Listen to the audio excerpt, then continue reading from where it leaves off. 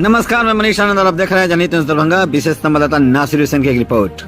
बुधवार को भाजपा प्रत्याशी संजय सरावगी करेंगे नामांकन में उत्तर प्रदेश के उप मुख्यमंत्री केशव प्रसाद मौर्य होंगे शामिल।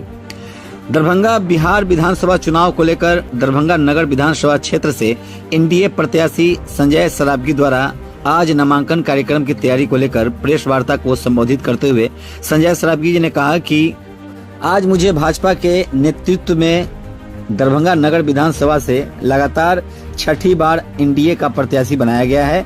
इसके लिए मैं अपनी ओर से पूरे नगर विधानसभा के कार्यकर्ताओं की ओर से केंद्रीय नेतृत्व के प्रति आभार व्यक्त करता हूं। उन्होंने कहा उत्तर प्रदेश के उप मुख्यमंत्री केशव प्रसाद मौर्य भी शामिल होंगे। नामांकन कार्यक्रम में भाजपा एवं एनडीए के वरिष्ठ पदाधिकारी कार्यकर्ता बड़ी संख्या में आम जन की उपस्थिति अपेक्षित रहेगी। नामांकन कार्यक्रम में कार्यकर्ताओं को संबोधित करते हुए श्री मौर्य आगामी विधानसभा चुनाव में एनडीए की प्रचंड विजय के लिए कार्यकर्ताओं का मनोबल बढ़ाएंगे। उन्होंने बताया कि कल होने वाले नामांकन कार्यक्रम की तैयारी पूरी तरह से कर ली गई है। उन्होंने कहा कि इस नामांकन कार्यक्रम में उत्तर प्रदेश के उप मुख्यमंत्री केशव प्रसाद मौर्य मुख्य अतिथि के रूप में शामिल होंगे। संजय सरावगी ने कहा कि दरभंगा विधानसभा में भाजपा को अपार जन समर्थक मिल रहा है और जनता विकास के लिए एक बार फिर एनडीए पर भरोसा जता रही है।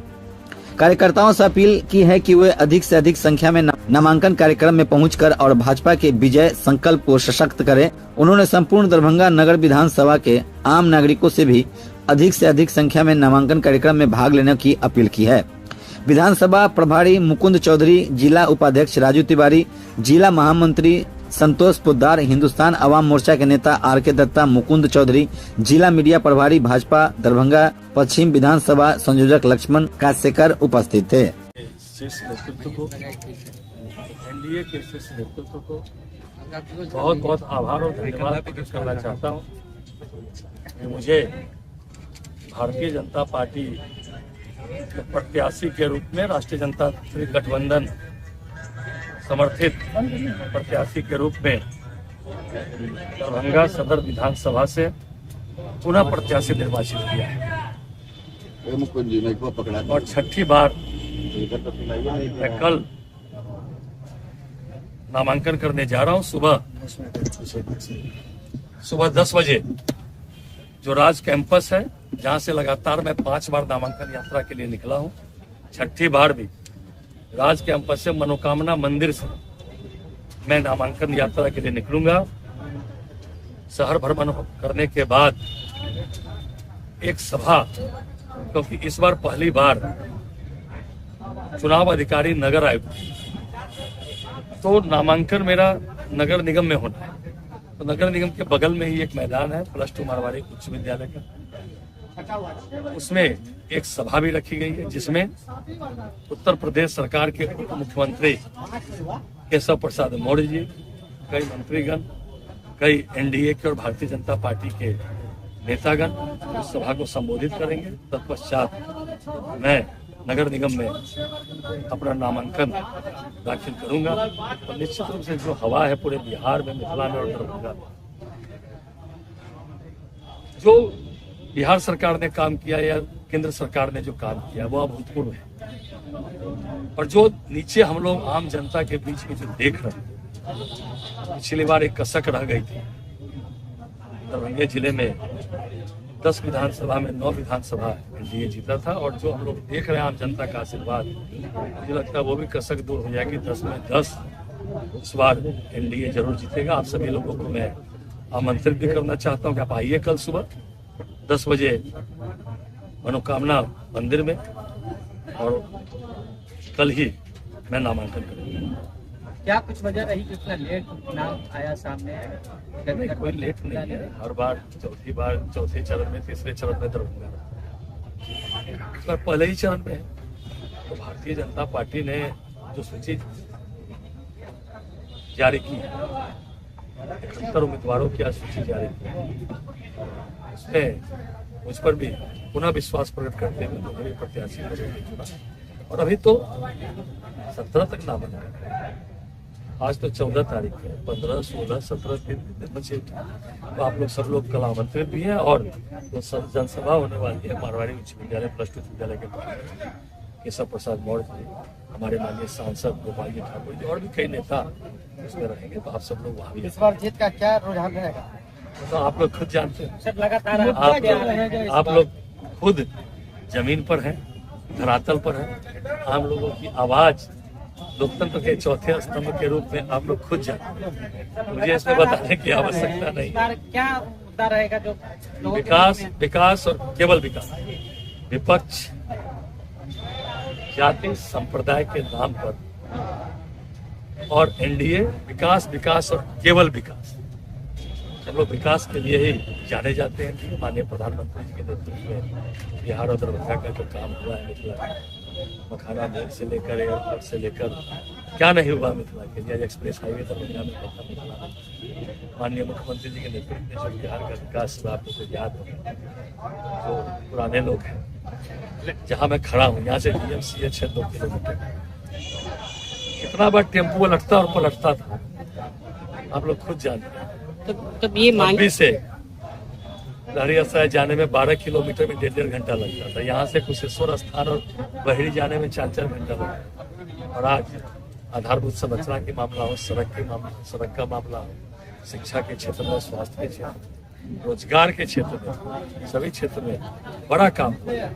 और दरभंगा में भी सभी क्षेत्रों में काम हुआ है। जब मैं वार्ड पार्षद था 2005 के तक, अपने वार्ड में 1.5 से पौने 2 लाख रुपया का काम हुआ था 3 साल में। उसका मुझे टिकट मिला। आज दरभंगा विधानसभा में 6,000 करोड़ के ऊपर की योजना या तो काम प्रारंभ है, निविदा हो गया, शिलान्यास हो गया।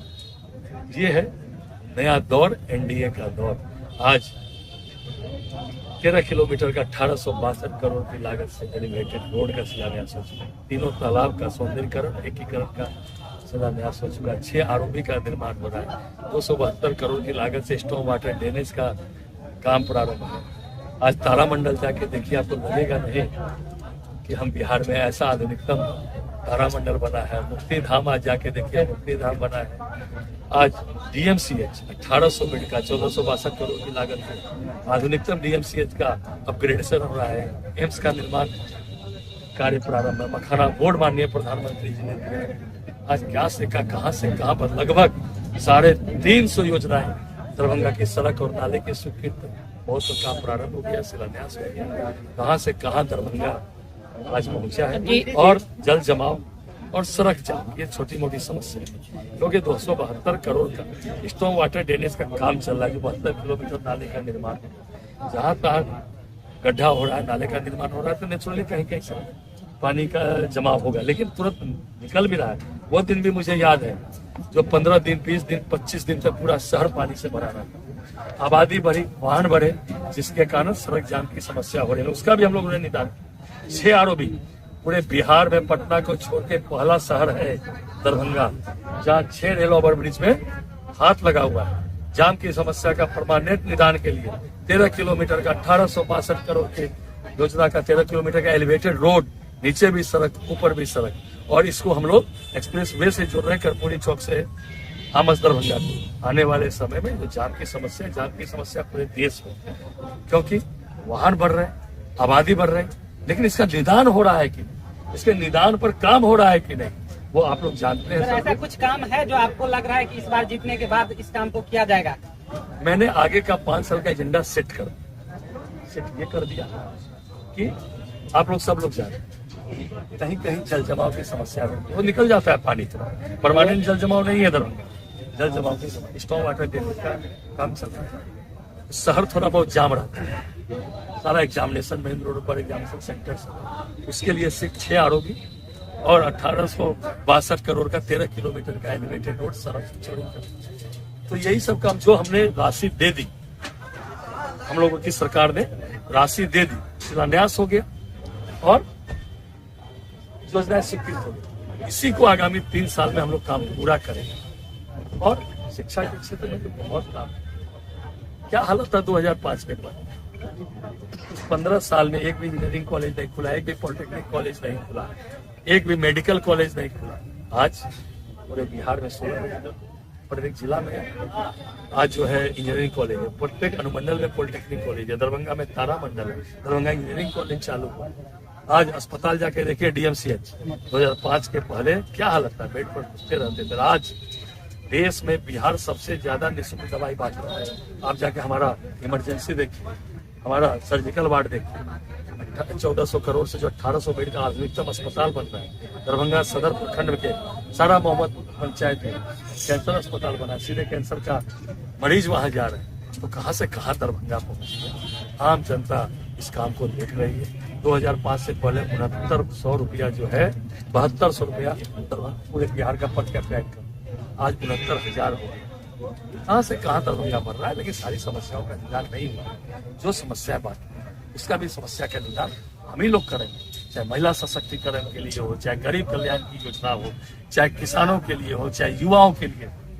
आज हमारी सरकार सभी क्षेत्र में काम कर रही है। इसे विकास को लेकर हमारी सरकार जो है आम जनता के बीच में है और कल में नामांकन करने मान लिया जाए कि आम जनता का आशीर्वाद अपेक्षित है और आम जनता का आशीर्वाद मुझे ऐसी आशा है जरूर मिलेगी। विधायक जी, ये मान लिया जाए कि जो भी काम बचा हुआ है आपके कार्यकाल में पूरा हो जाएगा। नहीं, मैंने क्या कहा, जो समस्याएं आप लोगों ने कही, सड़क जाम, सड़क जाम होता है, जल जमाव का परमानेंट जल जमाव नहीं है सर। इन सब का हम लोगों ने राशि दिलवा दी, टेंडर हो गया, शिलान्यास हो गया, एलिवेटेड रोड, मतलब जो बड़ी बड़ी योजनाएं हैं वो सामने दिखाई पड़ रहा है।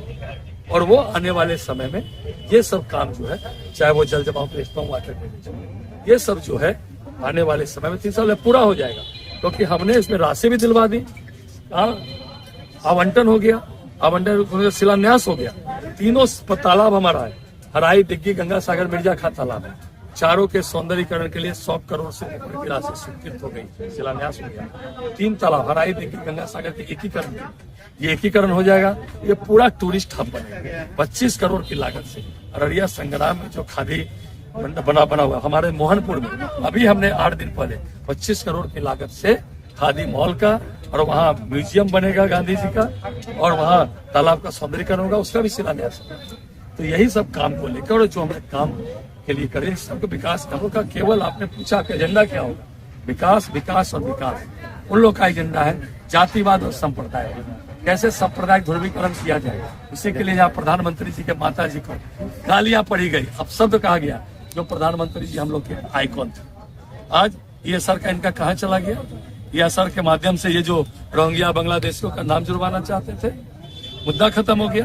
किनका नाम कटा बताइए हम लोगों को, क्या किसी का नाम कटा क्या? आज वो भी मुद्दा इनका खत्म हो गया। इसीलिए विकास, विकास और केवल विकास, विकास को लेकर हम लोग कल नामांकन करने वाले हैं। आप सभी लोग आइए। केशव प्रसाद मौर्य, उसके लिए हम लोगों ने समय दिया 30 दिन का, चुनाव आयोग ने 30 दिन का समय दिया। किसी का कटा कि नहीं कटा? ये सतत प्रक्रिया है, मैं आपको बताना चाहता हूँ, ये सतत प्रक्रिया है। मतदाता सूची का पुनरीक्षण, उसके लिए समय दिया जाता है। ये सर में भी समय दिया। अगर आपको लगता इतना बड़ा काम हो पूरे बिहार के, मेरी बात सुन, आपने कोई प्रश्न किया, मेरी बात सुन, आपने प्रश्न किया किसी का नाम कटा कि निश्चित रूप से कटा। जो जिनका देहांत हो गया उनका नाम कटा, जिनकी डबल एंट्री थी उनका नाम कटा, जो परमानेंट शिफ्टेड हो उनका नाम कटा। तो परमानेंट करता रहता है। उसके बाद भी प्रोविजनल मतदाता सूची का प्रकाशन हुआ। मतदाता सूची के प्रकाशन होने के बाद जिन लोगों ने भी आपत्तियां दी, बहुत कम आपत्तियां ऐसी आई जो नाम जुड़ गया ना, दिक्कत कहाँ है। और वो जो विपक्ष जो रोहिंग्या बांग्लादेशी का नाम जुड़वाना चाह रहा था, इसमें कितने लोग निकले रोहिंग्या और है, वही उनका एजेंडा था। लिस्टिंग क्या है, कितने लोग रोहिंग्या बांग्लादेशी पाए गए जिनका नाम कटा है? उनका एजेंडा ही यही था, सांप्रदायिक ध्रुवीकरण। क्यों प्रधानमंत्री जी के माता जी ने क्या बिगाड़ा था इन लोगों का, जो दरभंगा की धरती पर, मिथिला की धरती को शर्मसार किया गया। माननीय प्रधानमंत्री जी के माता जी के बारे में अपशब्द और गालियां दी गई। क्या बिगाड़ा था? कोई भी देश का प्रधानमंत्री आइकॉन होगा, क्यों गालियां दी गई भाई प्रधानमंत्री जी के माता जी को? क्या बिगाड़ा था उन्होंने? इसलिए सांप्रदायिक ध्रुवीकरण करने के, और आम जनता इस बात को देखे। विधायक जी, इस बार क्या रोहिंग्या बांग्लादेशी कुछ निकल के आया, छन के आया? नाम कटा कितना है सर? वो आंकड़े बता दो। विधायक जी, आरके मिश्रा को उतारे हैं जन स्वराज के बगल से बोले की तरफ से, आपके ऊपर कितना असर पड़ेगा इसका? सभी पार्टियां अपने अपने उम्मीदवार को उतारे और जिन लोगों ने जो काम किया है वो भी आम जनता देखती है।